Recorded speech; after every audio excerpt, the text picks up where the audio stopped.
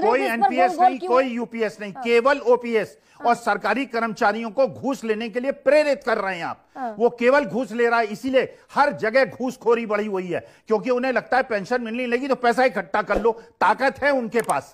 अरे उनको अगर आप एक एश्योरेंस देते हैं एक ईमानदार कर्मचारी को कि तुम्हें नौकरी के बाद पेंशन मिलेगी, वो बेईमानी शायद कम करे अगर उसे पता चलेगा कि उसको नहीं। और ये शेयर मार्केट उन्होंने बढ़ाया है, लेकिन प्रोफेसर न्यू पेंशन स्कीम में इन्होंने शेयर मार्केट को बढ़ाया है और एनपीएस को बंद करके, क्योंकि अप्रैल से इसलिए लागू कर रहे हैं तब तक सरकार चली जाएगी और जिस दिन एनपीएस खत्म होगा उस दिन मार्केट 40% क्रैश करेगा और तब कहेंगे देखिए हमारी सरकार चली गई इसलिए शेयर मार्केट क्रैश कर गया।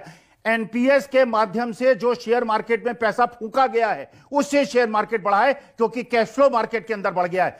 यह केवल एक धोखाधड़ी है और इसको कर्मचारियों को, देश की जनता को समझ लेना चाहिए। फैसाल বাইদেউ সকল দেশৰ অৰ্থনীতিবিদসকলেও মত পোষণ কৰি কৈছে যে দেশৰ চৰকাৰী কৰ্মচাৰীসকলৰ ভৱিষ্যতৰ নিৰাপত্তাৰ কথা লক্ষ্য কৰি চৰকাৰী কৰ্মচাৰীসকলক OPS অৰ্থাৎ পুৰণি পেঞ্চনৰ সুবিধা প্ৰদান কৰিব লাগে।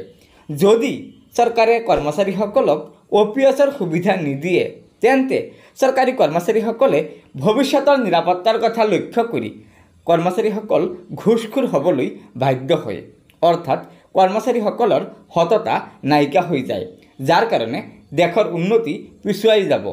সেইকাৰণে অৰ্থনীতিবিদসকলে মত পোষণ কৰি কৈছে যে চৰকাৰে অতি শীঘ্ৰে চৰকাৰী কৰ্মচাৰীসকলৰ ভৱিষ্যতৰ নিৰাপত্তাৰ কথা লক্ষ্য কৰি OPSৰ সুবিধা দিব লাগে। গতিকে ছাৰ বাইদেউসকল এয়া নিশ্চয় এটা অত্যন্ত গুৰুত্বপূৰ্ণ খবৰ। সেয়েহে লগৰ বন্ধুবৰ্গক এই ভিডিঅ'টো শ্বেয়াৰ কৰি আজিৰ এই গুৰুত্বপূৰ্ণ খবৰটো জনাই দিব আৰু নতুনকৈ অহা ছাৰ বাইদেউসকলে অনুগ্ৰহ কৰি আমাৰ এই চেনেলটো ছাবস্ক্ৰাইব কৰি ল'ব। ধন্যবাদ। জয় আই অসম।